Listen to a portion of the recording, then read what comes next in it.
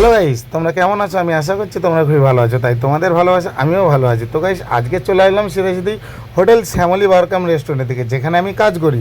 তো গাইস, আজকের যে আমাদের হোটেলে যে কতটা ভিড় আছে সেইটুকুনি তোমাদেরকে তুলে ধরার জন্য নিয়ে চলে আসলাম। তো গাইস, আমার ব্লগটা যদি তোমাদের দেখে যদি ভালো লেগে থাকে তাহলে অবশ্যই লাইক, কমেন্ট অ্যান্ড শেয়ার করতে ভুলো না।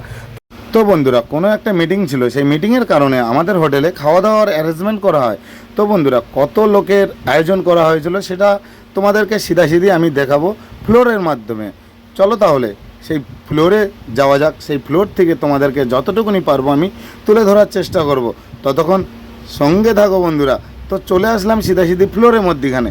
দেখো বন্ধুরা, কতটা ভিড় চলছে এখানটায়, মানে আমাদেরকে বলে বুঝাতে পারবো না।